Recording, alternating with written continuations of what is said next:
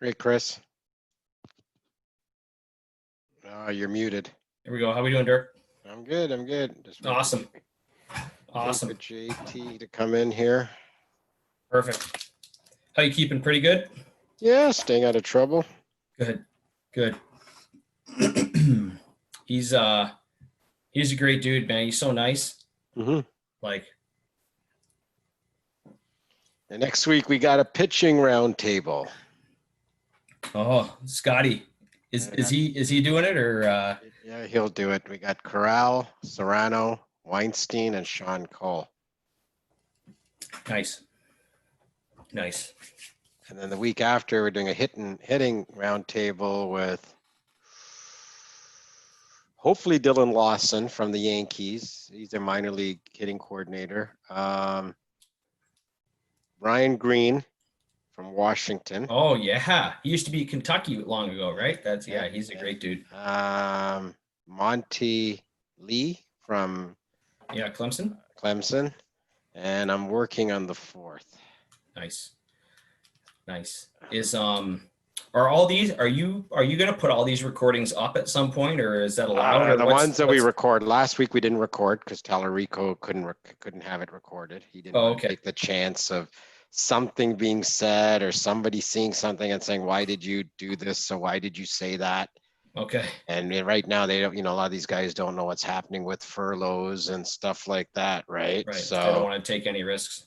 Nah, they can't. So we didn't do that one. I screwed up the so we didn't do Strom.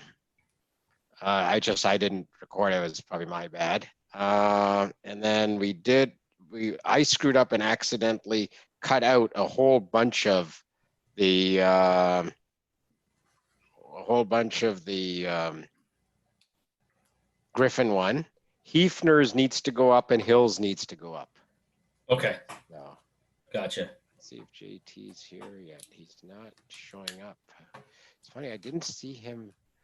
Did he register for the thing? I don't know. Let me text him.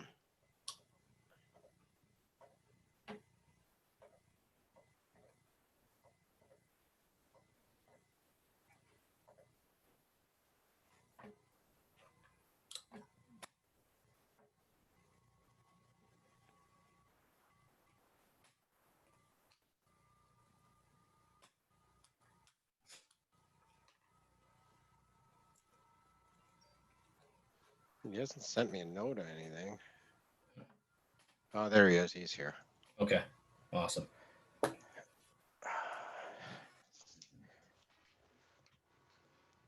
Hey, JT, can you hear me? His mic might not be on. Hey, JT, can you hear me? He's connecting. Connecting there. You need to, oh, there you go. How you doing, bud? Good. How are you guys? We're good. We're rocking. Nice. So again, once we get started, I'm going to keep the hosting because I'm going to keep letting people in the room. And then when I think, just before I think you guys are going to go into sharing something, I'll make you the host. And then at the end, when we wrap up, when Chris says thank you, you just have to make me the host again. And you know how to do that, right? You just click on your name there and you'll see the word mute and more. And if you click on, oh, sorry, you go up to my name, you should see mute and more. And if you click on more, that one of the drop downs is make host. Okay. Yep. So cool. You got I'll just holler at you. Yeah. You got some PowerPoint videos and stuff prepped up. Yeah. Yeah, man. Yep. I'm actually just finishing up a slide right now. So sweet. Sweet. Sometimes it just comes to you at the last minute. Something that you want to just talk about. The inspiration. Yeah. For sure. So all I got a couple questions before you get into the PowerPoint, and then I'll just say, hey, I know you want to, I'll kind of cue you up with the ball security, footwork, situation awareness, throwing, daily routine stuff, and then just take it from there. Yeah.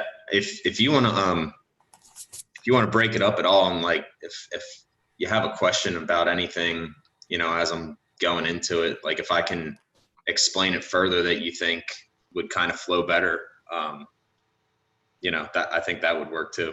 Perfect. I'll and the odd time people will be using the Q&A, and they might have a specific question, and I'll say, can you elaborate on such and such, or what do you think? So I basically kind of picked an outline of what we chatted about the other day with some of these things, and I had fun yesterday, so I think it'll be great. So cool. How was the day for you? Pretty much just sitting here doing draft stuff. I mean, they give me a shit ton of players that I have to go through, and it's just nonstop, just looking at video. So it's just, it's cool that we have such a different type of database that, I guess like all the scouting video is just in. So it's just a repetitive, like if I just want to find like all ground balls that this player has ever fielded in his entire high school or college career, like it'll just bring them up, and you just have to sit through each and every single one of them. But nice. Yeah. It's tagged on play type, result, different things like. Yeah, it's really cool. I can probably share it with you guys real quick just so you can guys get a little. Have they announced a date yet for the draft? No, sometime in July. What sort of lead time will they give you? So our assessments are due on Friday. So I've had about 2 weeks to do almost 20 assessments. So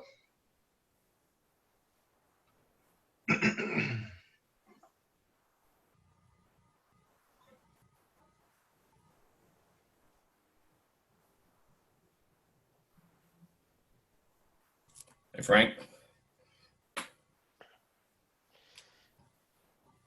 Mr. Fascia, how you doing? Doing well. How are you? We're good. Oh, you still got the COVID growth going there? Yep. And the Yeah, hair's man. getting taller too. Hair's coming in nice. Yeah, that's good. I had Amy to give me the high and tight there the other day, so I'm sorted. The the fade's messed up, but I'm at least cooler than having all that bush of hair on me. We have a lot of kids getting haircuts from their moms and dads in backyards right now. Yeah. Frank, did you see what I sent you about Indiana? Yeah, I didn't open up the link yet. Was that a speech from today? The president of the university sent it out, what their plan is. So basically, August to Thanksgiving. From Thanksgiving on, it'll be online.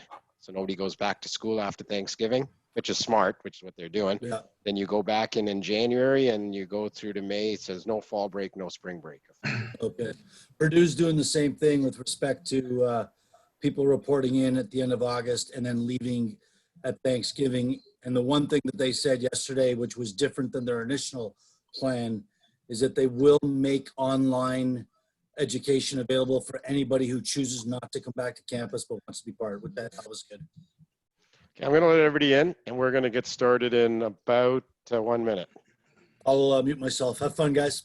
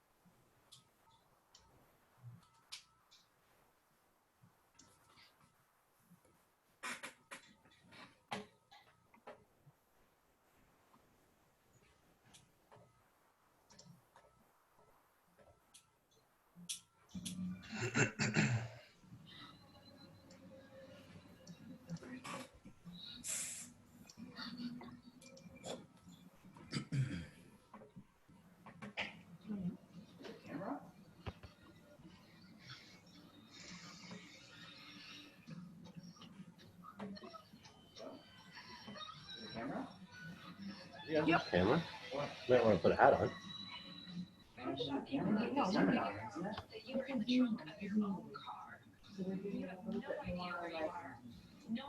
you're going or what has been done to you already or what might happen to you. No. Ozzy, do you mind muting there, please? Okay. What's that? Okay, good evening and welcome to a special dinner time edition of the Baseball Ontario Around the Horn webinar. Tonight, our guest, one of the most innovative young coaches in baseball, Coach Maguire from the Cleveland Indians. For those of you who are wondering why the dinner time edition, I could tell you that it's because we're having great weather here in Ontario. The sun is shining, hot, humid weather, and we figured we'd give you a chance to get outside, enjoy something to eat, have a beverage of your choice, while you listen to us talk a little bit about baseball, but that would not be the truth. The reality is our guest tonight has been gracious enough to join us. However, he has a organizational meeting with the Cleveland Indians starting at 8 o'clock Eastern, 5 o'clock his time in Arizona. So we had to move this week's edition of Around the Horn to a special dinner time start of 6:30. Next week, we are back at 8 o'clock with a pitching roundtable. So please remember, 8 o'clock next Wednesday. Without further ado, we're going to get right at it, and we're going to get started. Your host back in the host chair after a couple of weeks off and after a great job by J.G. LaRocque last week is Chris Papalia. As those of you who've been with us in the past know, Chris was a four-year starter at Macalester College in Minnesota. He is currently a teacher in the math and science department at St. Andrews College, just north of Toronto. He coaches varsity hockey and baseball at St. Andrews, and he has also coached youth baseball here in Ontario, including the Ontario youth team. Our special guest today is Coach JT Maguire, who, following his collegiate playing career, coached high school ball in Maryland, twice making trips to the state championship and winning one of those times. 2 years he spent as an assistant at Hartford Community College and 2 years as an assistant at Wofford College. While at Wofford, he took the baseball team in 2016 on a 10-day trip to Italy for a class called A Study of the Art, Religious, and Cultural History of Italy. I can also tell you, having spent time with them while at the Best Ever Clinic this year, while in Italy, he developed a passion and fondness for red wine. The past 2 years he spent with the Cleveland Indians organization, and it's a testament to how talented he is that the Indians scooped him up and brought him within their organization to work with their young outfielders. I would ask everybody to please mute your line.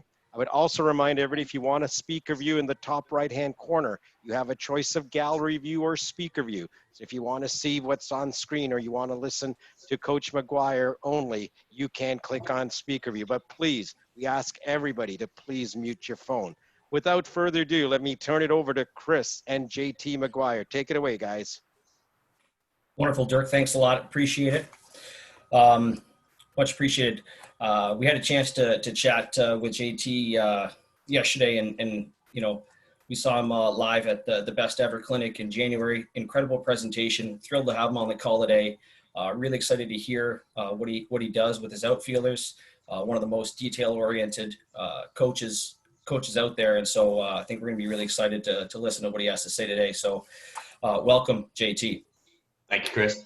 Great. First, so just to kick it off, I just want to get a sense for how things are going, for you during the COVID time. What are you doing with the Cleveland organization?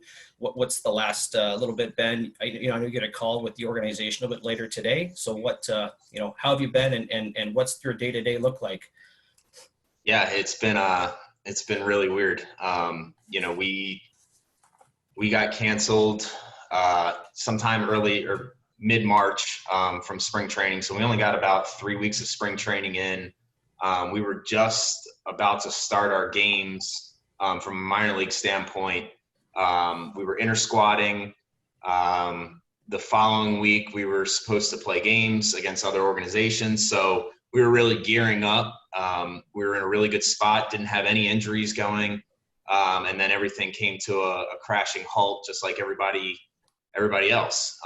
So what I've been doing lately for the last two and a half, almost 3 months now, is we've, like Dirk said, just constant Zoom calls. I think one thing that the Cleveland Indians organization does a really good job of is communicating and collaborating. So, we've had different Zoom calls. I probably have anywhere between 3 to 5 Zoom calls a day, Tuesday through Friday.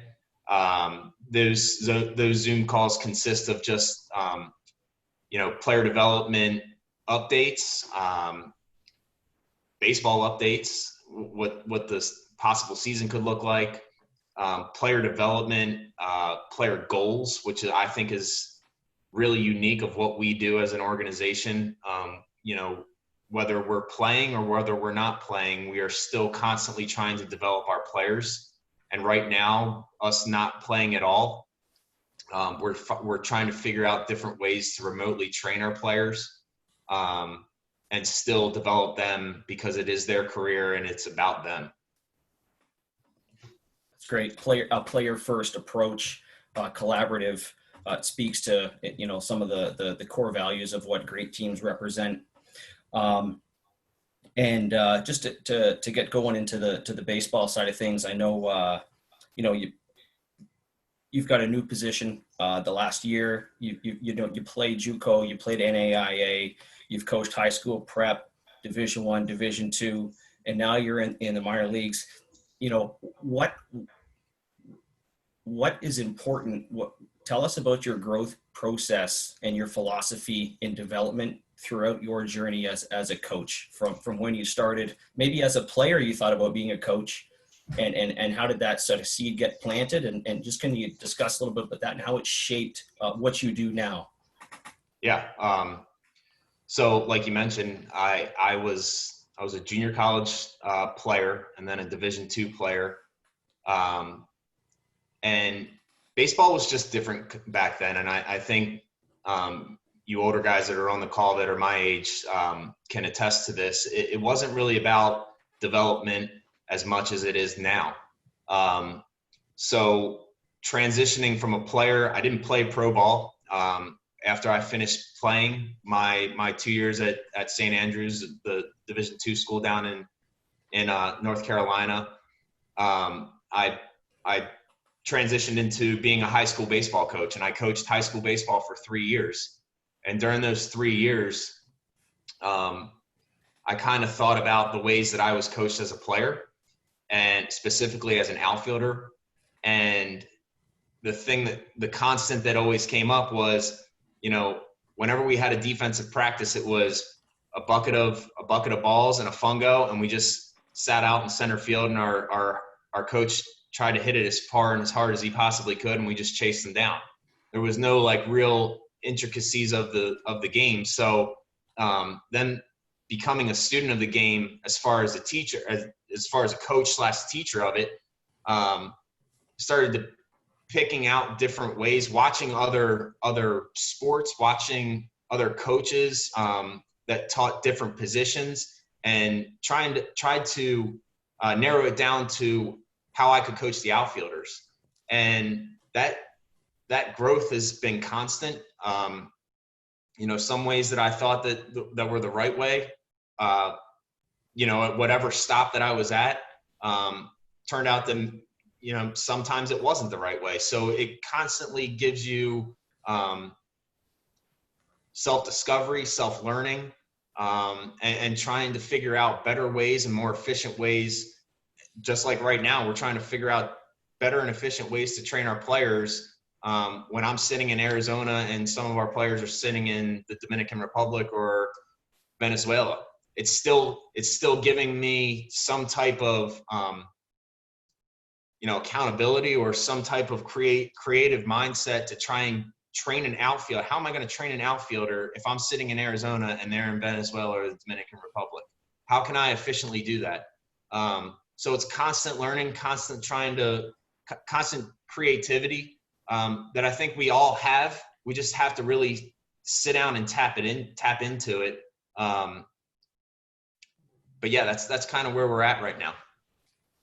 Gotcha. So, share a little bit with us, like, what are those high impact strategies that you're using to develop your players, whether it's now, and then, as we kind of move along, we'll get into what you would do if it were, if we were in the middle of the season right now. Do you mind sharing what are those impact drills, focuses, mindsets that you provide your players?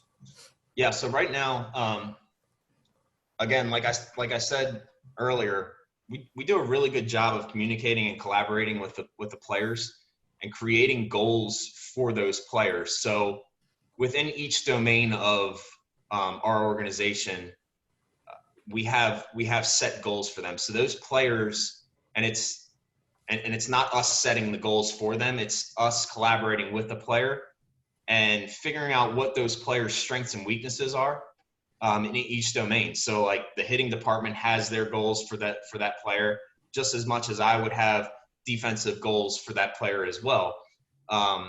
So the way that we can still develop, especially right now, is identifying basically what those goals are. The player already knows, and collaborating with them, and figuring out ways to execute them right now in this circumstance. So, we have some players that are in the United States, and they have everything. They have a cage in their backyard. They have multiple players that may be living with them. They have a weight room, they have weights. Then we have players that are in the Dominican Republic or Venezuela who literally are taking like bleach bottles and filling them up with concrete, and then peeling the bleach bottles off and putting rebar in, and that's what they're using for lifting weights. So you have to try and figure out like exactly what player has what and how you can adapt their training to what they are exposed to. So it really gives you a really broad perspective of like how to really train somebody. And I think when all this is over with, like the creativity of coaching and just coaching a player in general is going to be super easy, because we're pushed to the limits right now about what we can really do and think of. Gotcha. That's, I mean, the desire for some of these guys, right? I mean, that's the fact that they're, it's incredible. It's inspiring. Yeah, it is. That's great. So Coach, I know you've prepared, you got some PowerPoint that maybe you have some access to, but again, in the talk that you gave at the Best Ever and some of your previous talks, you spoke about some pillars: ball security, footwork, situational awareness, throwing, daily routines, those sort of elements that shape your training regimen from the defensive aspect. Do you mind diving in and sharing some of those? Absolutely. With those tuning in. Yeah. Dirk, can you let me share the screen, please? Got it. Everybody see that? Can I just get a thumbs up from somebody? Yeah. Okay, good. All right. So I've kind of given a similar type of presentation like this in the past. And this, it's basically stemmed from this situation that we're in, this COVID situation that we're in, giving me the opportunity to kind of sit back and think about how and reassess how I coach right now and how I can be a better coach in the future. And it started one of our staff members, Luke Harlan, who was supposed to be my manager this past year, or this year. He was supposed to be my manager. We started a book club through Zoom, through all of this, called Practice Perfect by Doug Lemov. I'm not finished the book yet. We're kind of going step by step through weekly. That's actually the call that I have tonight is our book club that we do every Wednesday night. But in the book, it kind of discusses better practices on either teaching or coaching. It applies to both. So when reading this book, I thought about this topic, and it's how to build a better or a more game-like, game-ready, however you want to say it, game-ready outfielder. And to Chris, to kind of touch on your point, yes, I have five pillars. One pillar is more so on us as coaches, but the first pillar is ball security and having a ball first approach to the baseball. Oftentimes with outfielders, if we make an error on it's magnified. It shouldn't, it's looked at like it should never happen. Usually multiple bases are exposed on it, or multiple runs. So it's extremely important for us to be almost nitpicky when it comes to ball security. So that's the number one for me. The second one would be efficient footwork in our routes and our angles. And I'll dive into this next slide a little deeper. But just, really good drop steps, really good routes to the ball, and then going back to ball security, finalizing the catch. The third one would be situational awareness. And this is on us as coaches as well, to teach the game. So I can't stress this enough, but giving our players the autonomy, but also giving them like a classroom setting of, hey, in this situation, what are we doing here? And I'll dive deeper into this when it comes to live reads and how we take live reads. And then the fourth one would be accurate and precise throws. And not only the accurate and the precise part, but the correct throw. So not basically throwing your pride aside and not letting the back end runner advance when we need to keep the double play in order. Yeah. And then, because especially with the younger ages, you see that all the time. And as a college, I'll just go on one rant right here. As a former college coach, right? I used to go down to Lake Point or all these tournaments, and I would just see bad baseball. And it wasn't the talent. It was the lack of feel for everything. It was the lack of awareness. It was the lack of knowing the game. So I think as coaches, again, you'll hear this a lot. This is on us as coaches. The reason why we're titled coach is to teach our players. It's not to just stand in the dugout and not, whatever. It's to teach. So to teach the situational awareness and to teach when to make the throw and when not to make the throw. For our players to be students of the game and learn the game, I think it's incredibly important.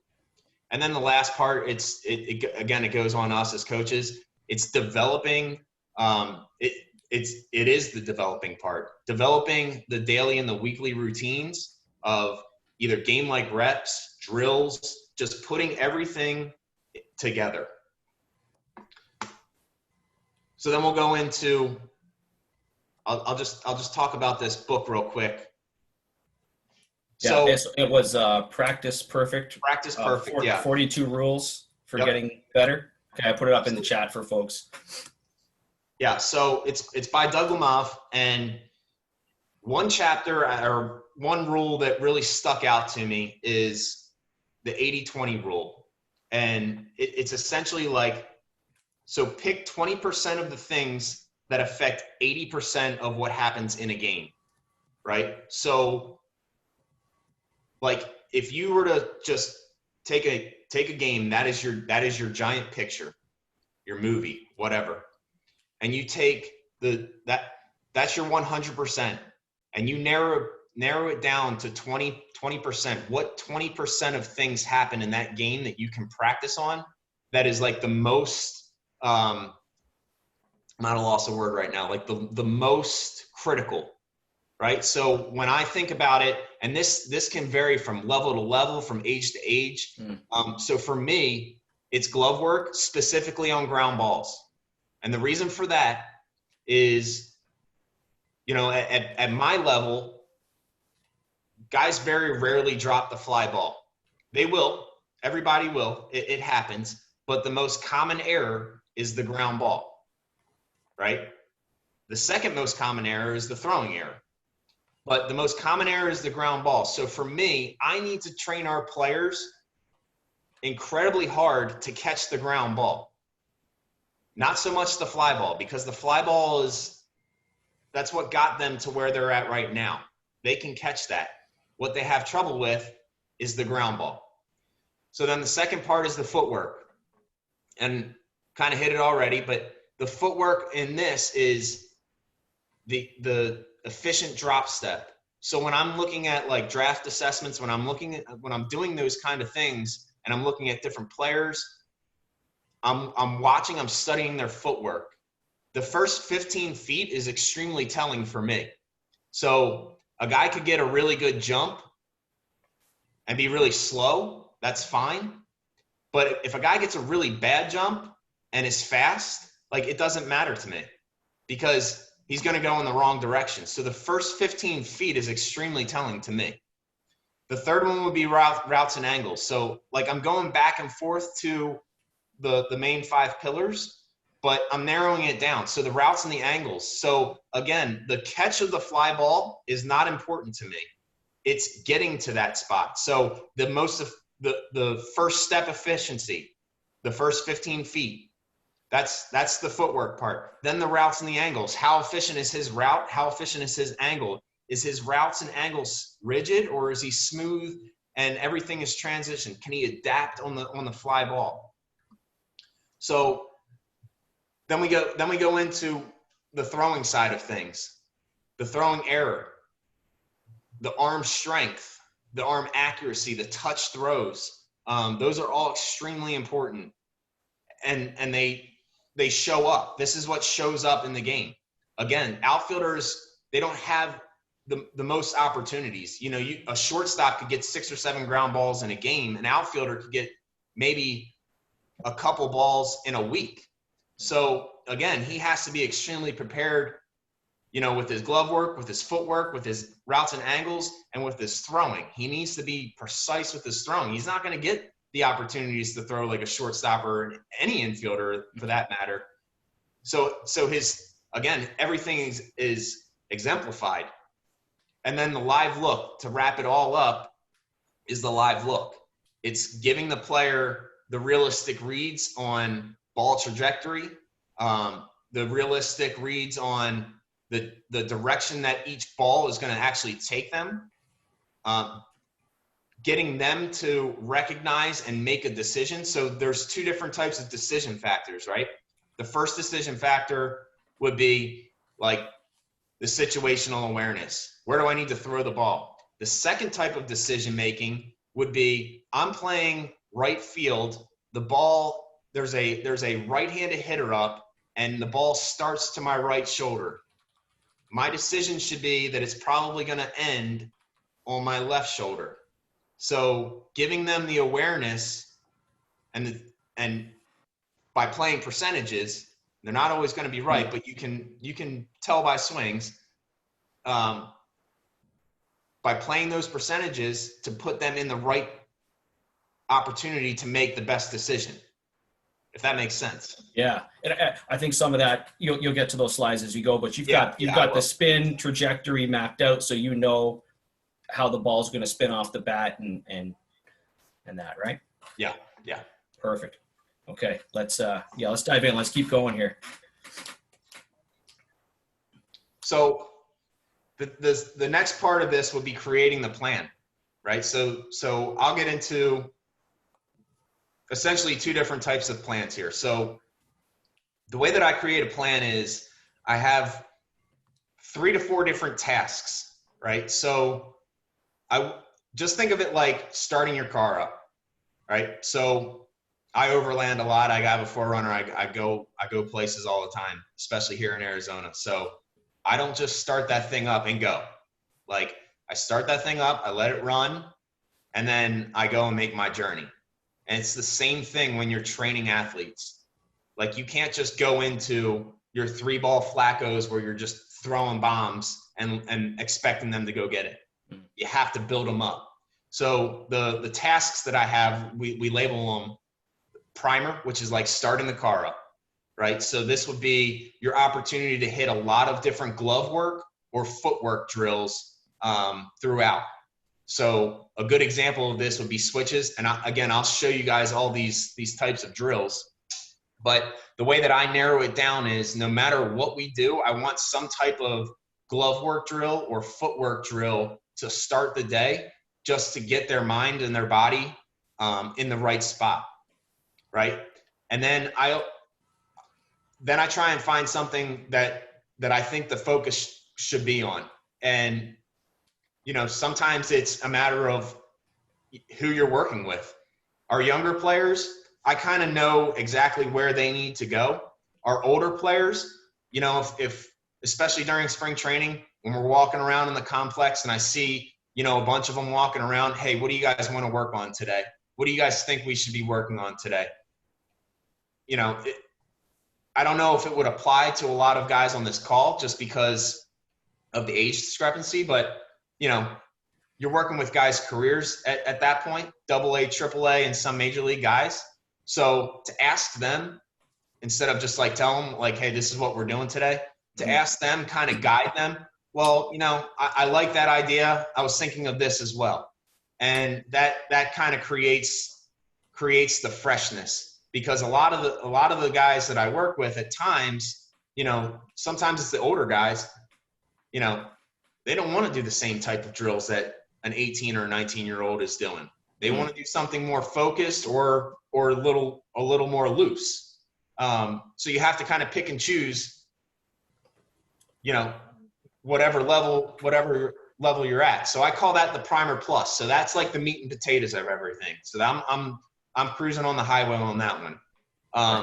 Then the next part is the game-like reps. So I would take my primer and I would get that going for about 5 minutes. Then I'd go through with primer plus, go about 10 to 15 minutes, and then I'd try and finish it off with a game-like rep of whatever, trying to be as close to whatever the primer plus was, right? So it's a structure that it leads into the game. Exactly. That way we're not just throwing crap up on the wall and being like, hey, we're doing this, this, and this. Yeah, and there's a guys purpose. like, what the hell are we working on right now? Right. So it gives them structure, it gives them an idea, and it gives you a better sense of developing. So if I can go and I have a log as well throughout, really anytime I ever work with a player or a group, a log of what we do. And it's kind of designed just like this. It's the time frame, it's the primer, it's the time frame, it's the primer plus, it's the time frame, and it's the game like rep. So it gives you just an idea of, what you worked on in the past and what you can build up to. Mm-hmm. That's kind of really where we're at as well right now with this whole pandemic thing. Trying to figure out how we can build our players up or scale them down, regardless. And then the last part is the throwing. This is usually done before, but it can also be done, during. So your throwing component could be in the primer plus.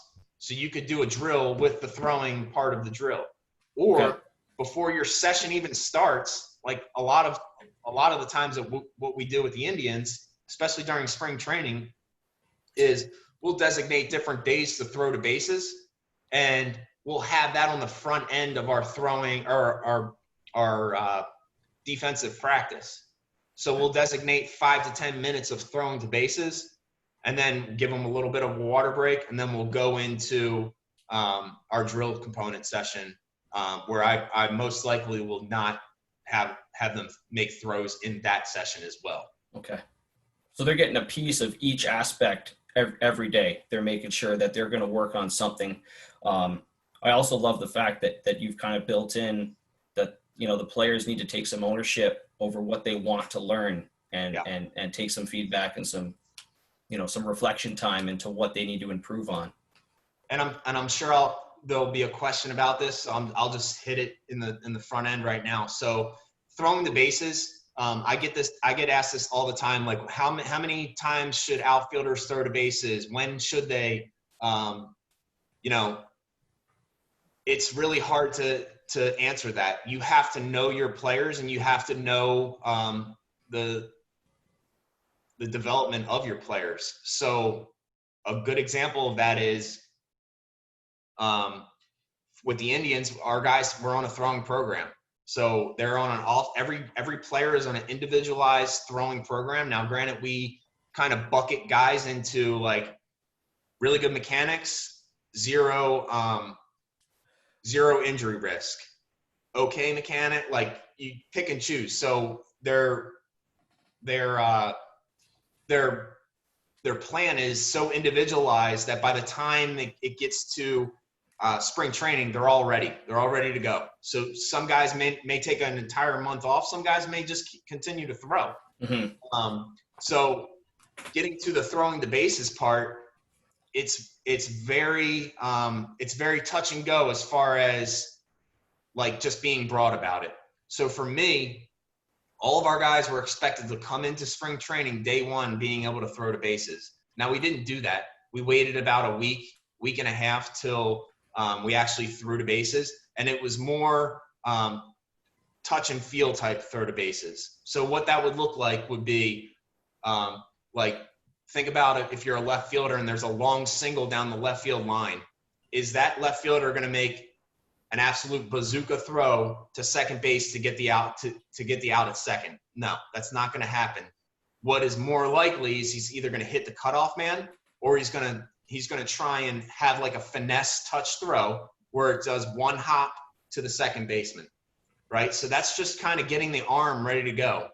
And then we'll progress. So then the following week, we went 2 days of that. Then the last week before we got canceled, we were actually throwing 2 bases. So it would be a day of touch throws, and then it would be a day of really getting after it and throwing it on a line with no cutoff man, and just trying to simulate a throw to second base, third base, home plate. So now, are you working in a situation when that throw happens? Within there too, is that part of that puzzle? Yes. So there's 3 different types of components to it, right? So there's your touch and feel type days where you're just either hitting a cut or throwing it on a 1 bounce. And so, sorry to interrupt. That touch throw, there's a little confusion from those tuning in. That touch throw is that one that it's not like a do or die. You just want to make sure it's controlled at the base and catchable by the infield. No risk of error. Correct. Like you see it all the time in pro ball, and it looks so pretty. Like, a right fielder gets a ground ball and he throws that perfect 1 hopper to the second baseman and he catches it at his chest. Like that is like that's like the bread and butter in pro ball. Like everybody but there's also that ball down the line or the ball in the gap where they have to just hit the cutoff man in the chest, right? Get the ball back into the infield. So that's like your first component. Your second component is to throwing to bases, to get the arm actually going and get the feel of actually getting ball carry or 1 hop or a ball in the air through a cut. And then your last component is the situation, and I call them the throwing decisions. So your throwing decisions would be throwing something on the line, and I'll get into this later when we talk about throwing. And I got a pretty good video of it. So, but you give them the situation and everything else, and then you're going with it. Got it. Okay, yeah, let's keep rolling here. This is great.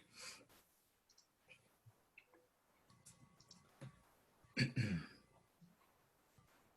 know if my thing froze. Okay. So,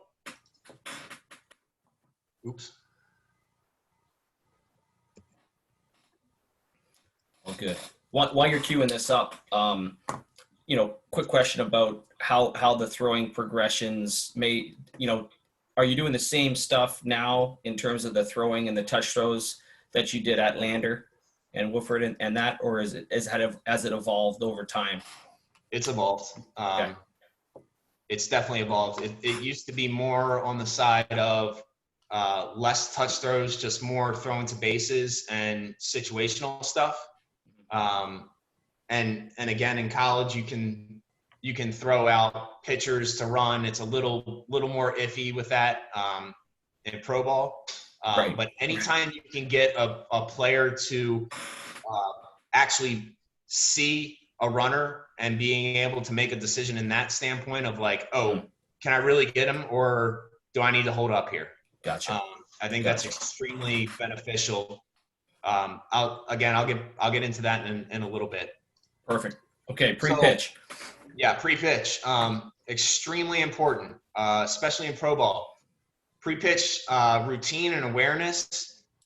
This is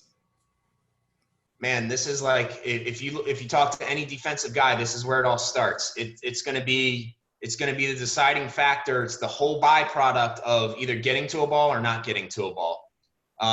So for us, like the checklist that we go through, it's anticipation, it's movement, it's descending in an athletic position. So think about any sport, any athletic sport that there is, right? Football, basketball, all those guys, they're in a descending athletic position. That gives them the best opportunity to go lateral, forward, and back, right? So that's what I specifically look for in guys is a descending athletic position. Slight body lean, depending on what position you're playing. You can cheat a little more with a lean, and then being able to repeat it every single day, every single pitch, every single day. So this guy right here on the left, Jonathan Rodriguez, he's one of our best outfielders in the organization. He lacked pre-pitch setup, and that was hindering him like extremely. And I asked him this, and I think the light bulb went off. I said, hey, let me ask you something. Do you think Terry Francona can trust you? And he goes, yeah. And I said, well, do you think he can trust you with a pre-pitch setup? And he goes, probably not. And I go, okay, so if he can't trust you with that, which is the byproduct of everything, like getting to a ball in the 9th inning of a World Series game, do you think he'll be able to trust you if you can't master a pre-pitch? He goes, no. I go, okay, well, you got to do that. So this is him working through it and figuring out what is comfortable for him. And I spend a lot of time on talking about this, but I can't stress it enough. So then you can move over to George Springer, and we're talking about center field work, and we're talking about awareness, and we're talking about, teaching the game. This is a guy who is positioning other players, but this is also like not so much just a player putting on, a teaching display, but this is also what happens in pro ball, which I think a lot of people don't realize. That center fielder is looking into the dugout every single pitch, and that coach, sometimes it could be the bench coach, sometimes it could just be for us, it's our third base coach in the major league team. He'll position our entire fielders. So and he does it with a quick system, and they all move. So I think what people don't understand is the positioning that goes down. You have to, again, it goes into trust. Your manager has to be able to trust you. He's got to be able to trust you to look in every single pitch to understand where you got to be positioned. You have to understand the situation. You have to understand your pitcher type, your hitter type, your counts, and you got to be able to read swings. So again, it's not just you standing out in the outfield. It's a constant learning battle. You should be extremely exhausted by the end of a game mentally, regardless if you got after a ball or not. You should be drained because you were locked in on that every single pitch. And that's what we kind of that's what we challenge our outfielders with on a daily basis. It's like, hey, did you position yourself correctly? Did you look in and position yourself? Did you know every situation? Did you know the pitcher type? Did you know the hitter type? Did you know the count? Did you know the outs? Did you read the swings? It all goes into play. And again, it's just extremely important, because if you're not in the position to make a play, you can't be trusted.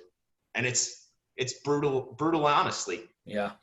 It's really refreshing to hear, Coach, because I know as a high school coach, the amount of times I'm trying to talk to my center fielder and say, did you just see him foul the ball off 90 degrees because he's late and you haven't moved? And you haven't moved your other outfielders as well, right? And so that's still happening even at the minor league and big league level. Oh, all the time. All the time. I mean, there are guys that either are delayed or don't ever get, and this is going to sound extremely crazy, but there are guys that literally don't get to the big leagues or delay themselves to get to the big leagues based off of just this alone, pre-pitch. And it goes back to trust. Again, if a manager cannot trust you to be ready like this every single pitch, he can't trust you to play in a game, in a Major League Baseball game. That's a lot at stake. Perfect. Okay. Next. That's kind of my rant on. Yeah. Amen. I love it. It's great. Okay. So glove presentation and ball security, whatever you want to call it.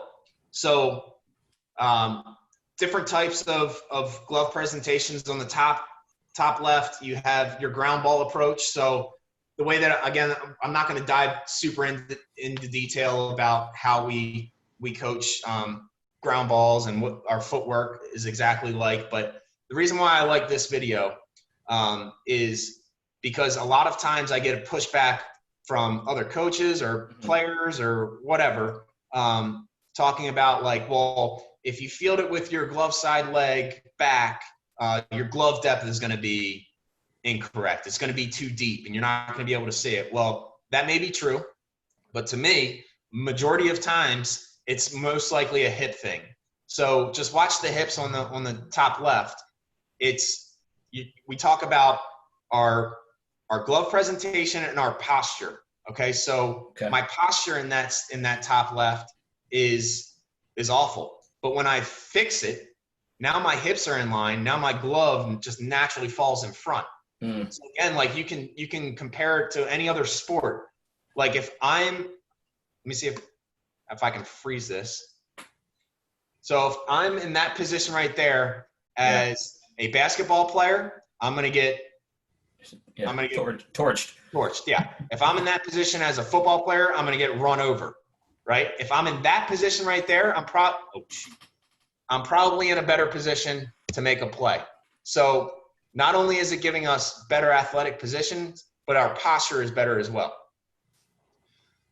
With our fly ball setup, which is on the top right, okay. Again, I kind of just like to have our glove presentation be just slightly off of our arm side chin. Okay. Just for a quicker transfer. Now, I don't want to be up high where I can't see, but I also don't want to be here. So we talk about catch radius a lot, right? So outside of the shoulders would be outside of our catch radius. So I'm going to try and keep it's not always going to be perfect. I understand that. Right. But if I'm here, my realignment is just going to take a little longer as opposed to if I'm right here and then I go. So it's just talking about just trying to be in the most efficient positions to make the throw. Gotcha. Now if it's a routine fly ball and we catch it here, that's fine. Got it. Are you focusing on thumb, like where certain angles are on that fly ball or on the ground ball? Is it a press through that ground ball that you're fielding? Like how, I know you maybe don't want to get too much into it. I just kind of curious. Yeah. So I wouldn't really describe it like how Kai Correa does it with the press or the funnel. But the emphasis is more fingers down to kind of give yourself more exposure with the glove. Okay. Just more exposure with the glove. But I would say it's more of a press through, because when I come up, I want to try and get my glove. And again, it's not going to always be perfect, but in a practice setting, we just try and get our guys to get it to their ear or their shoulder. More realistically, it's probably going to be around their chest or shoulder. But if I can train this motion, it kills like the sloppiness of a lot of times I see, and I don't know if you guys can see it or not, but a lot of times I see guys flick.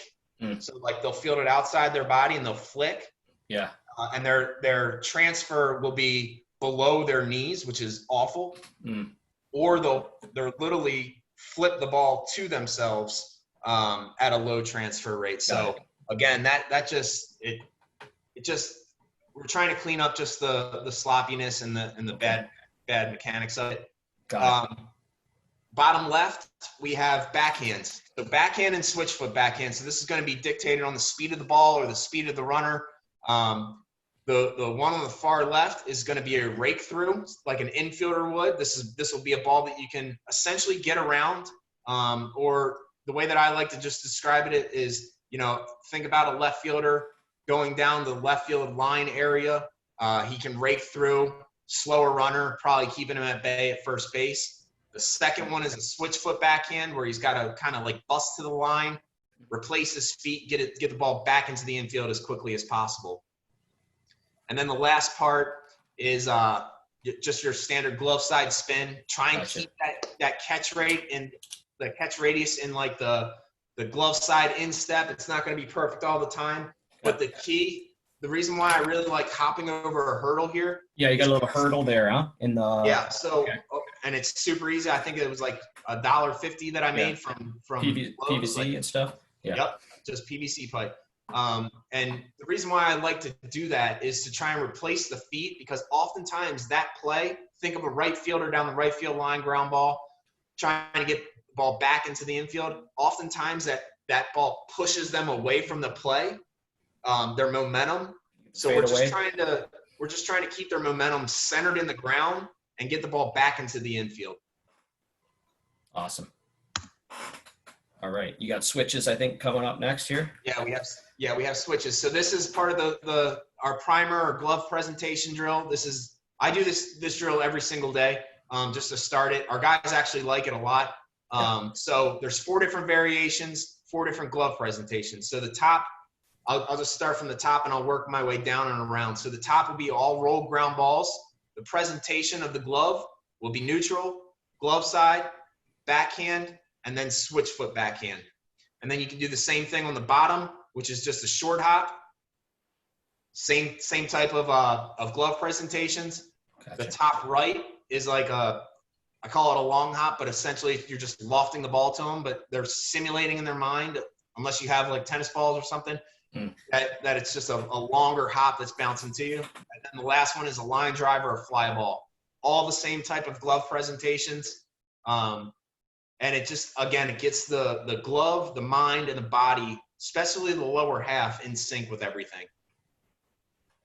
And this is what's the timeline on this sort of thing? Is this something that you're going to take five minutes to go through with a set of 3 guys, right? Like, yeah, this doesn't even take 5 minutes. I mean, it gets to the point where I'm super quick with these guys. Like it's just like boom, boom, boom. It's 4 and they're done, and then they just rotate through.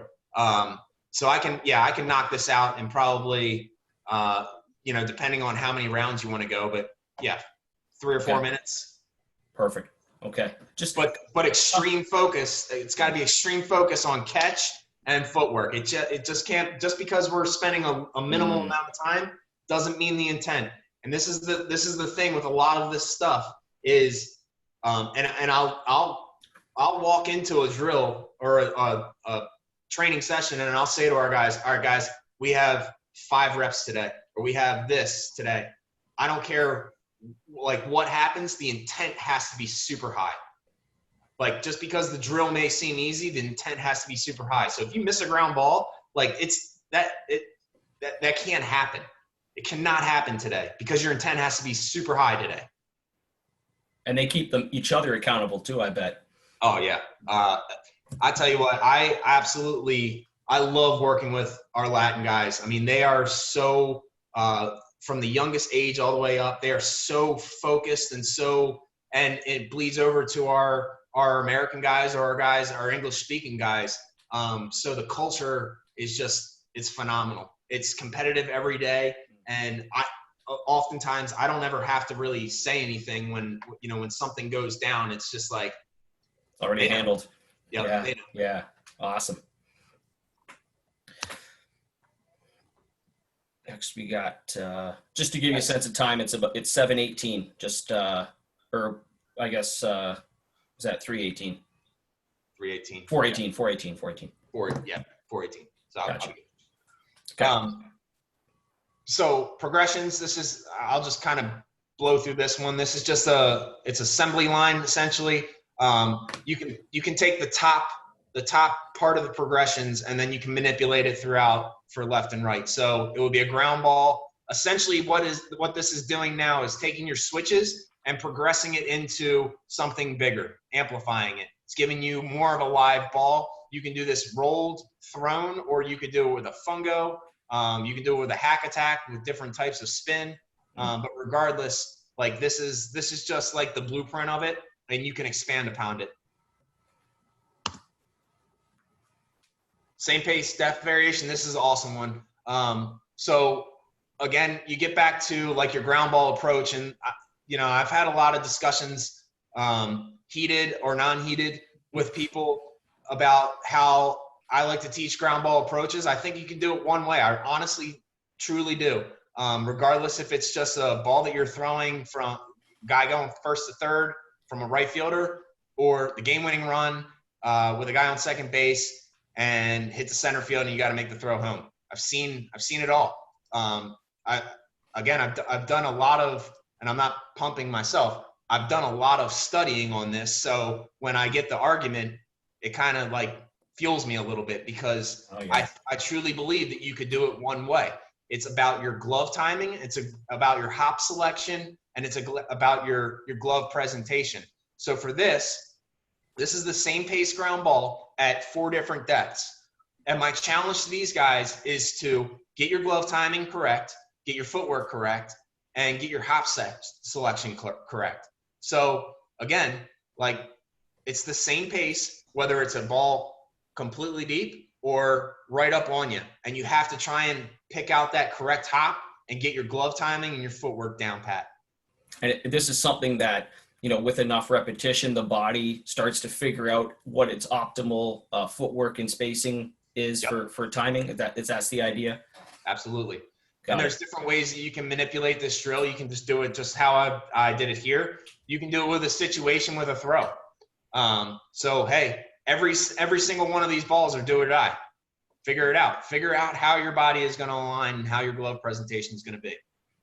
Do you put these guys on stopwatch or things like that, or things to measure what they do? I mean, I'm just curious. For catch to release, or you tell me.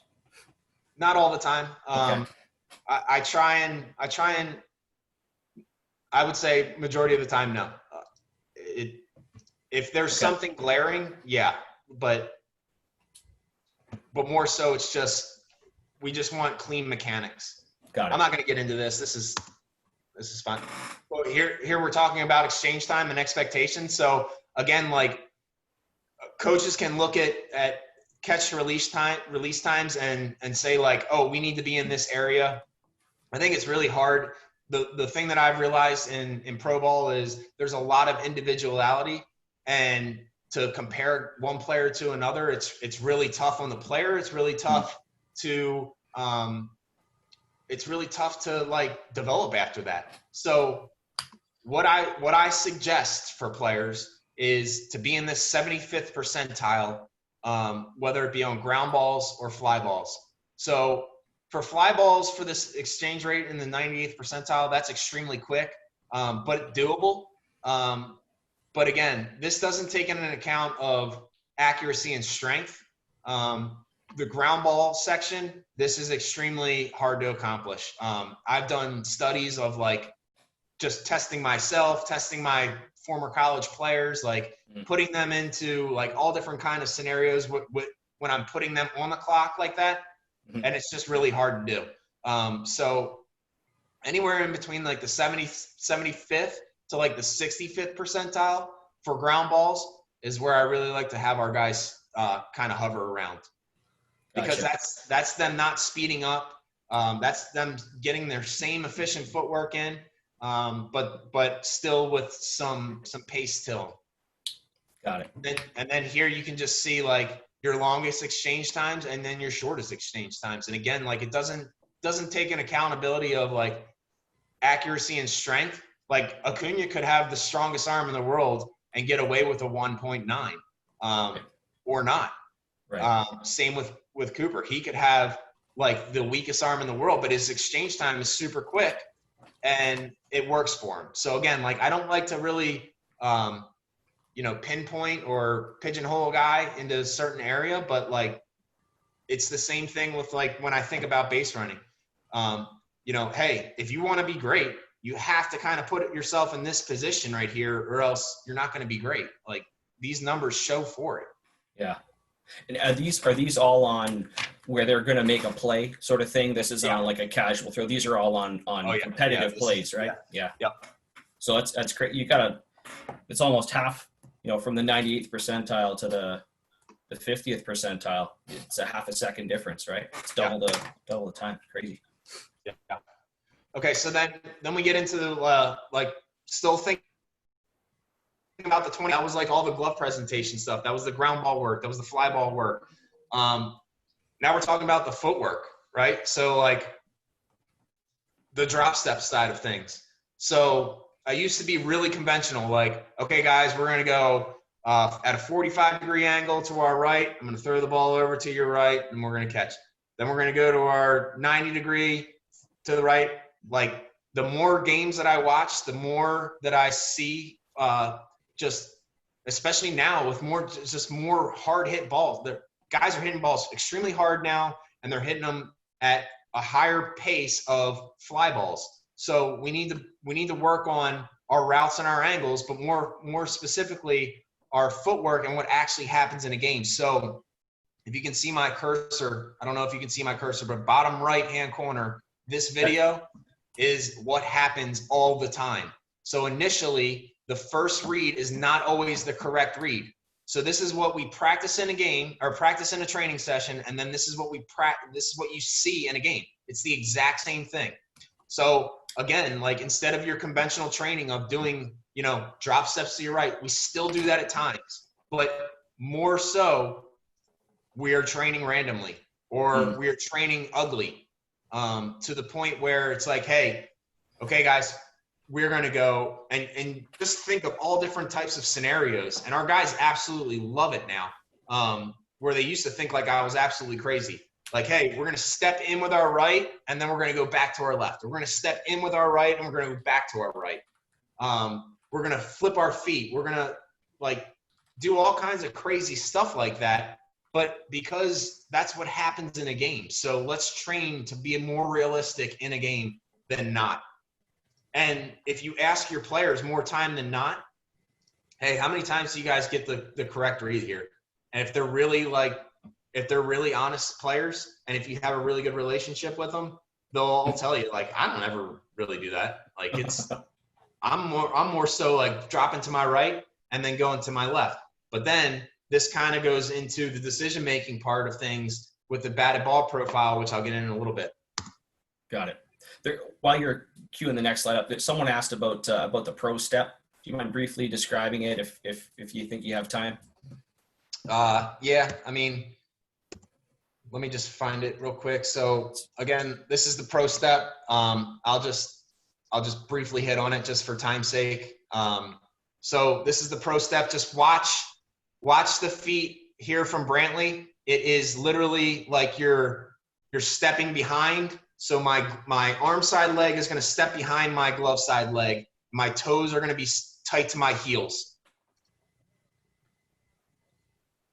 So just watch, again, all of these plays here are do or die type situations, right? So, and then their footwork aligns with it. So the reason why I teach the ground ball of fielding it off of with your glove side leg back, it aligns your lower half to make the throw better here, which I call a pro step. So curl hop creates force vertically. Pro step, you can see all of these guys driving towards their target like a running pitcher. Your time spent in the air versus your time spent on the ground. So like anybody that does a crow hop, they're spending time in the air when they should be spending time driving towards your target. Got it. You want that right foot on the ground as soon as possible to create force for the throw. Is that the idea? Yeah, I want to create distance and direction, because there's a lot of people don't talk about the direction. The direction of your throw is going to dictate your actual throw. So like if my body is going up, then I have to try and realign. And same way with if I field it off the opposites, if I field it off the glove side leg, like now I have to take an extra step and get my body, my lower half and my shoulders in line. Seen it all the time, seen it from players, seen it on video. Like it takes longer. It just takes longer, and it doesn't put your body in the best positions to become in sync naturally. Just doesn't happen. This is the most beneficial way. Got it. Okay. Thank you. Get down. 2 slides ahead, I think. Yeah. So just briefly touch on this as partner reactionary drop steps. This is just working on your footwork. I'll get in with these guys every now and then, but this is basically you're mirroring so the player that is closest to us on the screen, he is dictating. The other guy is matching the direction. So if I drop to my right, he's got to drop to his right. You can mix this up by doing false steps and then going, but it just works on like reacting to a ball, reacting to something. Guys love it though. And they do their pre-pitch routine before that. Yep. Okay. Something very similar, 6-zone reaction. So as a coach, I'm watching the player and I tell him that he has 6 zones that he has to cover. 3 behind. So like 1 would be to his left, 2 would be directly behind, 3 would be to his right. And then the same for 4, 5, and 6. As a coach, I'm watching his feet and he's watching the ball. And I'm flipping at any direction and making it completely random. What I want to see here is him reading and reacting. Just a slight pause in between. So I want to see him read and then get the correct step and go. But if he gets the wrong step and can recover, that's fine too. Got it. So just now we're getting into routes and angles. So just like a rule of thumb, I just tell players all the time, I want to try and keep my chest between the ball between my chest and home plate. So if I'm going back on a ball and that ball starts to slice on me on my left side, I have to be able to redirect and keep that ball between my chest and my home plate. That'll increase my catch rate drastically. Running form, we've all seen this type of stuff. Tucking for shoulder sway, tucking a football in one or both shoulders, and then running on the balls of your feet, reducing head sway. Mm. So again, that just goes into like more efficient routes, more efficient angles. So building the base, like working on all these things and tying it into drills. So like the way that I picture things is like you take one play, whether good or bad, and that's the play. That's the giant picture. And then you can take your drills and you can zoom them in onto one thing or multiple things. I think that's where drills get a bad rap. I think people don't really see them as like the microcosmism of the play. It's right. Like they think like, oh, this drill right here, this Y reaction drill right here, no player's ever going to run five yards forward and then drop step to the right or left. Yeah, no crap, they're not. But if a guy is really inefficient with his drop steps, maybe this is a drill that can get his hips going so he understands what good feels like or what good looks like.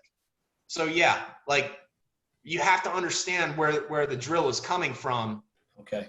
And being able to prescribe it. Maybe you have one player in out of 5 that can't do a drop step efficiently, but if he does this for a couple reps, he's back to good. Maybe you have to just designate, a couple minutes in that day so that one player can just get a tick better during the day. Gotcha. So this is that one on the left side of the screen there. This is where they're kind of coming in to that cone, and then they got to, drop step, not like square drill. Yeah, this is a square drill. Okay. Again, it's kind of like it's kind of like a collaboration of the switches, right? So now you're working on a ground ball. You're working on a ball that's to your glove side, and you have to go cut it off. Then you're working to a ball that depending on how you get there, you either have to go switch foot or regular backhand. Got it. Awesome.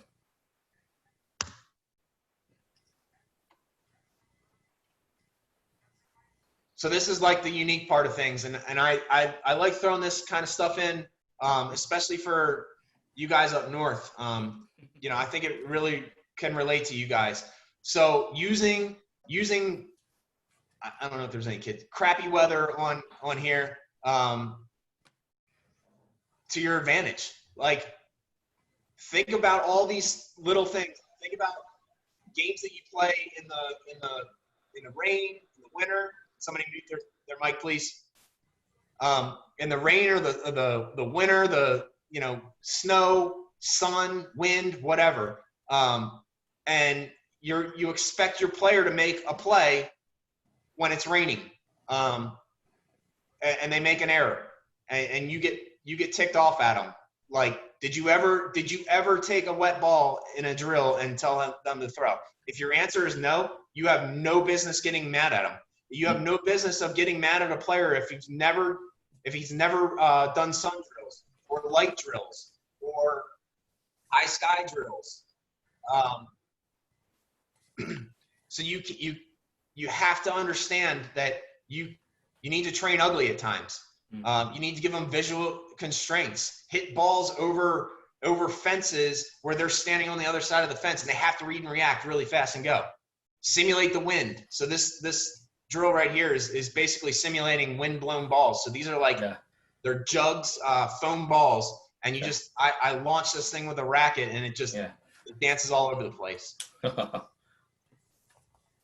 Artificial noise. So we did this last year in spring training. We didn't get a chance. We did artificial noise. We we pump volume out of speakers for communication drills. Like we all want these guys to be major leaguers. Like one day they're going to have to do that. Right. They're going to have to stand in front of 40,000 people and try and call for a fly ball with an infielder. Mm-hmm. And trust that they're going to trust. Yeah. Yeah. Okay. So catch play routine, getting into the throwing side of things. Catch play routine. Again, this is extremely important for our guys. Simplistic, but it's the greatest expectation. Like you have to be able to play catch. And it's a routine. So they go through their band series. So we do iron scaps. So they go through their band series and they go through a weighted ball program of it's either a weighted ball program of an actual weighted ball or a football to just kind and pattern, get a good pattern going. And then they go into their catch play. So their catch play is basically the same as like Jagger long toss. Yeah. Where they stretch it out and then they pull it back in or they pull it down. And then they go through their basically like your switches with a throw. So now they're going with their ground ball work, their glove side, their backhand, their switch foot backhand. They're making throws from those positions. Then they're doing the same thing from a fly ball standpoint, from a regular, a backhand, a switch foot backhand, and a glove side spin. And that's scripted for them in their catch play routine, or do they kind of? For the younger guys more so. Some of the older guys, like maybe they just need to work on their backhand, their switch foot backhand on their ground ball and their fly ball. So that maybe that's something that but it's something that they don't neglect everything, right? Yeah, right.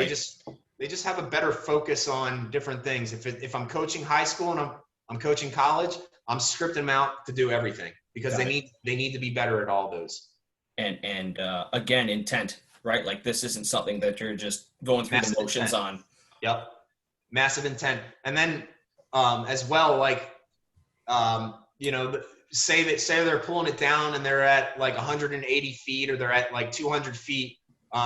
Most of those guys will start doing like touch throws. So one bounce throws to their partner. So their partner will throw their hat down at like 200 or 180 feet. And then he'll go, like 10 feet back and they'll just work on their touch throws to just try and get better, like at accuracy. Got it. Not to try and hit the hat, but to try and make it look pretty. Cool. Just give me a sense of time.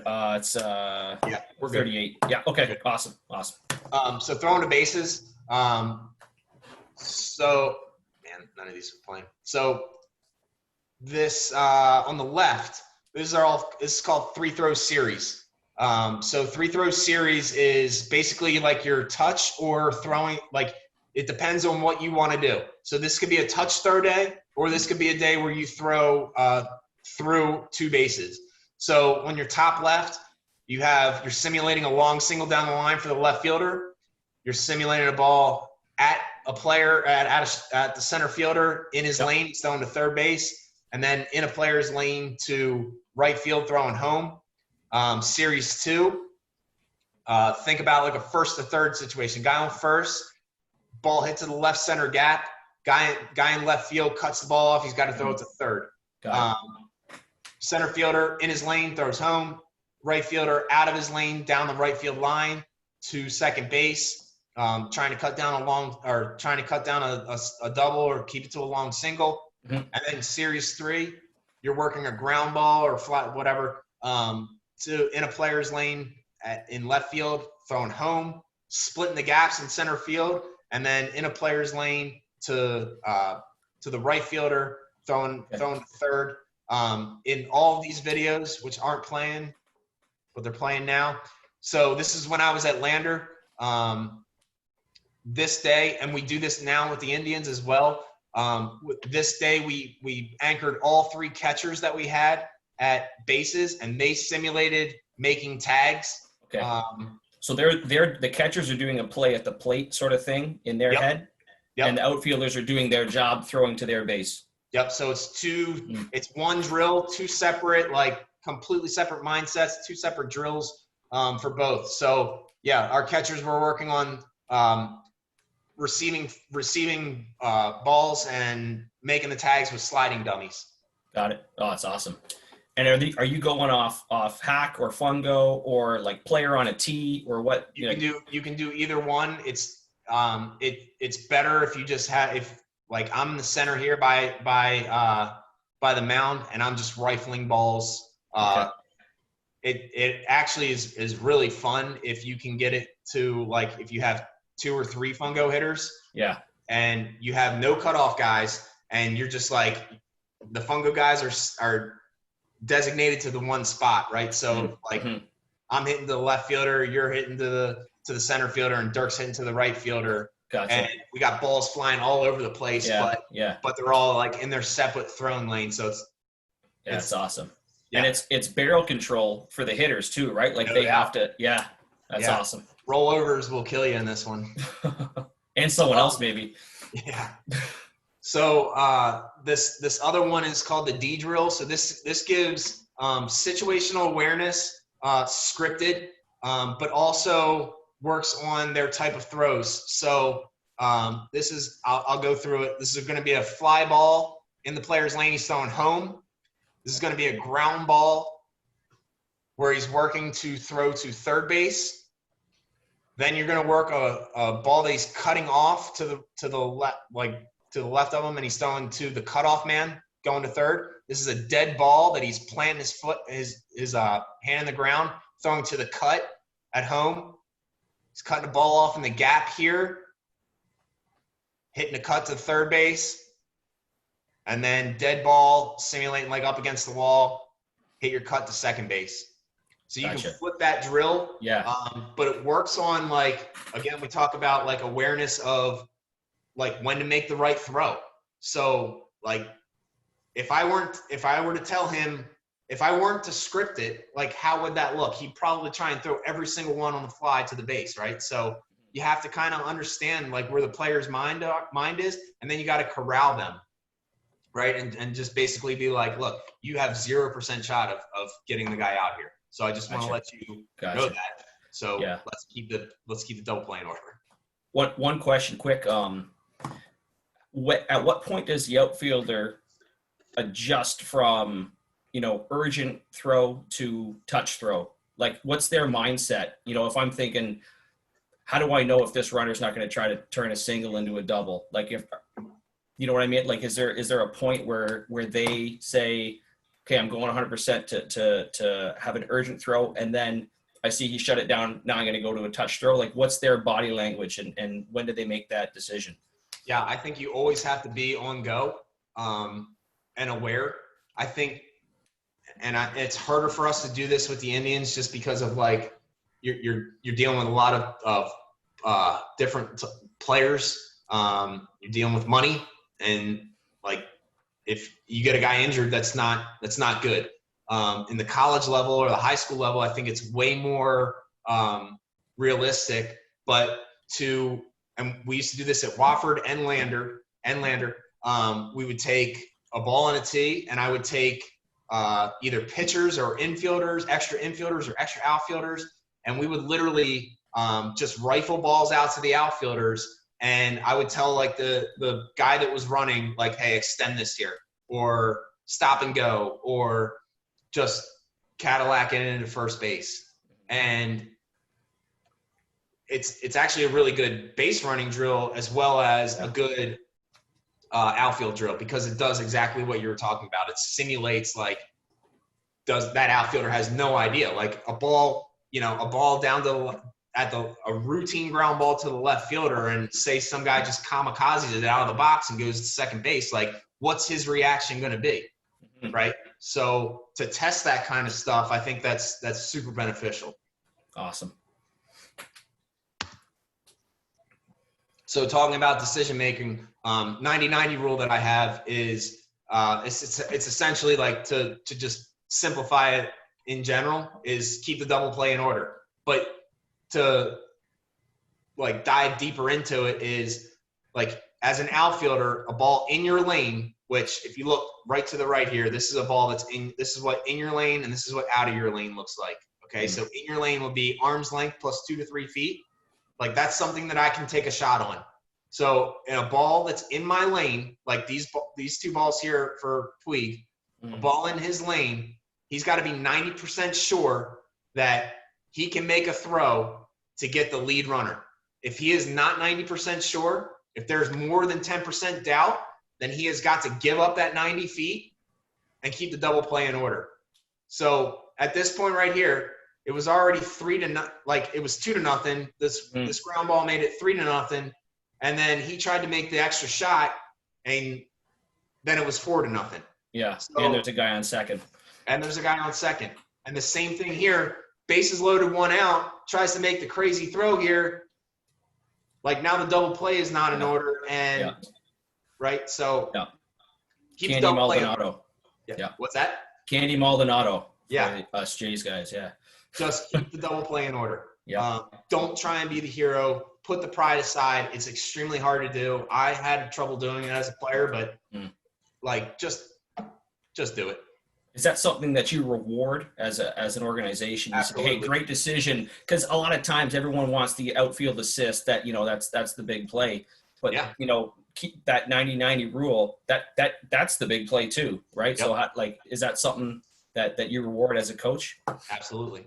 And it's whether it be like a physical reward, which we don't do that, but we have post game meetings. We call them plus minus meetings. And that is always going to be brought up. So it will be brought up to the point where like it's over exaggerated to kind of just try and instill into their minds that like this is extremely important. Gotcha. Plus pitching coaches will love you as well. Pitchers and pitching coaches. Yeah. Or they'll hate you. So throwing decisions. So this is back to given the situation. So this is a situation type drill. So I'll just pause it right here. So in this situation, it is a fast, like we'll just yell it out. We got a runner on second, plus runner, slow runner at first base. We have a fast runner at the plate, 1 out, up by 3, 5th inning. Give them time to think about it. Maybe not all the time it's going to be like that much information. Maybe it'll be like slow runner on first base, slow runner at the plate, 2 outs, up by 1, 8th inning. And so they already know that. They know the scoreboard, outs, score, and inning. And now they just know like the location and the speed type. And then you dictate the pace of the ball and the direction of the ball. So the pace of the ball is going to be like, it could be a missile or it could be slow, and that's going to dictate their decision making.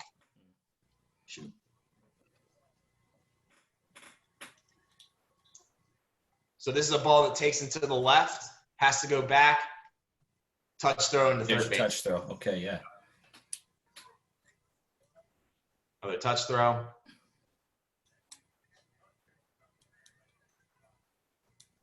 So again, you can just kind of see like, and it works really well with runners. Unfortunately, we just can't do it all the time. Right. Okay, so creating the environment of the live look, right? So this is batted ball profile. This is off Major League data. This is what an outfielder physically sees. So for me, I don't ever use just a fungo. Like I don't ever just take a fungo and go out on the line and I hit him. I don't ever do that. I stopped doing that years ago. I just found that it just did an absolute disservice to the player, and it didn't give him the live look. So what you're seeing here is, so I'll just go left fielder and right fielder because there's just huge discrepancies, right? So 83% of the time, they're going to see like a right-handed slider type spin. And the way I describe this is like, don't think Corey Kluber, Randy Johnson like this and then go. Like it's not that kind of slider. It's gradual. It's a gradual, like it'll look like a cutter. We've all seen it. If we've ever been in the outfield, we've seen that look. So it'll be like that. So 83% of the time, that's what they're going to see, fly ball wise. 25% of the time they're going to see a top spun ball, and then 23% of the time they're going to see a back spun ball, and then 2.1% of the time they'll see a left-handed slider type spin. So then if you go on the flip side to the right fielders, 77% of the time they're going to see that left-handed slider type spin. 27% of the time they're going to see a top spun ball. 22% of the time they're going to see a back spun ball. Or I'm sorry, 22% of the time they're going to see, 27% of the time they're going to see a back spun ball. Gotcha. 22% of the time they're going to see a top spun ball. Okay. And then 1.4% of the time they're going to see that right-handed slider type spin. So again, like you could maybe have a position specific player, whether he played right field or left field, and you can tailor him to what he sees. Mm-hmm. Mm-hmm. And So- I know we're getting tight on time, and it's something that I wanted to ask you about was the cross training from different players. You know, whether you have a guy who's only a right fielder versus left fielder. Do you have all your guys take reps at each location, or?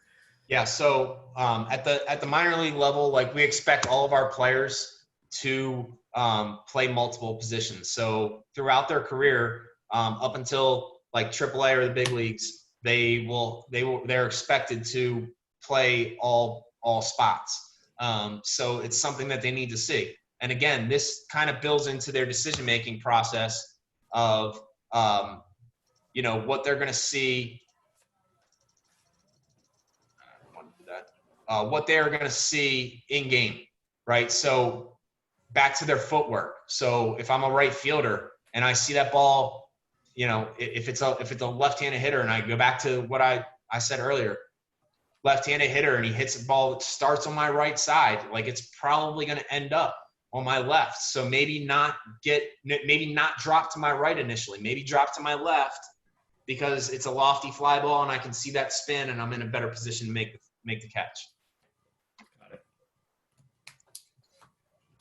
So again, like I know we're wrapping up. So just making a plan for your players,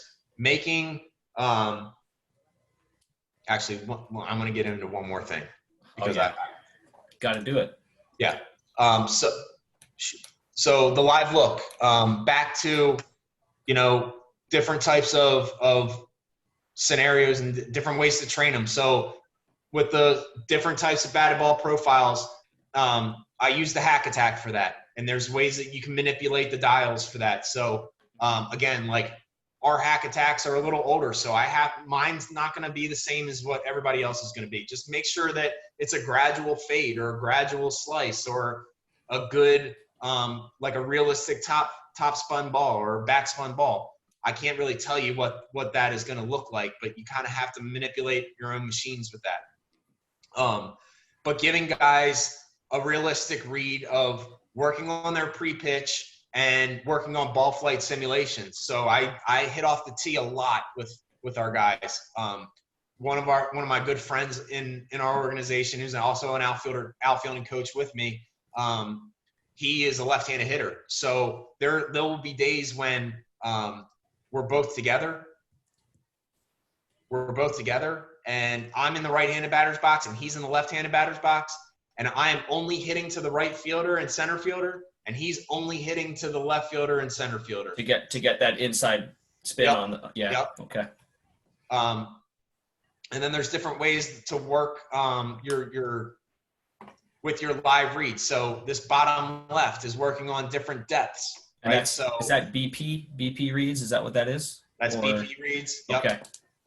Or live reads, whatever you want to call it, which Okay. is also on this diagram right here, which is your different depths, 1, 2, and 3 depths. So 1 would be shallow depth, 2 intermediate, 3 would be deep. You can manipulate their setups. Some of these are going to look a little drastic, but this is trying to increase their first step efficiency, putting them into really weird, awkward positions to try and go make the play. These guys are expected to be athletes, so treat them like athletes. In this top left, you can also manipulate the shape of the field. So a lot of times I say a lot of times, not a lot of times. Every now and then I will work this and I only say not a lot because I always put something on the line here. So it's either a Chipotle gift card or it's what do we have here? We got Domino's here. So we'll either go like Domino's, and what we'll do is I'll split right off of first base and right off of third base. I'll split the outfield up. I'll have all of our guys into center field, and it'll be basically like a point system of how many guys can go get balls, like before they're dead or before, like how many good plays can you make? And I'm just going to make a tally on them, and you're just going to do a free for all. Amazing. And then this last one, we didn't get a chance to do it this year yet, hopefully. But this is going to be our live reads type card. So if say someone's in Double-A right now, and outfielders are working on live reads for the day, they can go out instead of the coach yelling out there or standing out there and trying to direct and not direct, like whatever. He can just print off one of these cards of what he wants them to do that day. So all the outfielders for round one there, every outfielder is playing slight pull in deep with a certain count. You've got score, outs, and inning dictated for them, and a type of runner. That's the idea. And they've got that mindset every rep from the hitter. Yep. Awesome. Wow, that's great. And it can just help with their decision-making and situational awareness. JT, it's been a pleasure. I know you've got a call on the back end here. It's probably starting shortly. So it's okay. I can be a little late to it. Okay. Yeah, no, it's been awesome. So thank you very much. I think Dirk's going to take over here in a second, but it's been a pleasure. We've learned a lot. We really understand, that coaching is teaching, and the relationship we have with your players and the passion that you take, every day to the ballpark. So it's been an honor chatting with you today. Thank you. All righty. Appreciate you guys. Hey, JT, if you could flip me back and make me the host, please, I'd appreciate it. On behalf of Baseball Ontario, JT, thank you. Again, we worked this around your schedule, and we appreciate you being so gracious to work around your schedule to accommodate us and to help educate us. I think everybody on the call today found out why I referred to you as one of the most innovative young coaches in baseball. So again, on behalf of all the coaches here, on behalf of Baseball Ontario, thank you very much for being here. To all the coaches, again, a reminder, next week we're back to our normal time, 8 p.m. Pitching Roundtable with Fred Corral, Dave Serrano, Jerry Weinstein, and Sean Cole. On behalf of your host, Chris Papalia, our special guest, JT Maguire, this is Dirk Drieberg saying good night, stay safe, and we'll see you next week. Thanks, JT. Really appreciate it, bud. All right, guys. Appreciate it. Hey, have a good night. All righty. See ya. Thanks a lot. See ya. Thank you, Chris. It's a pleasure. Thanks a lot. All righty. Be well. You too, man.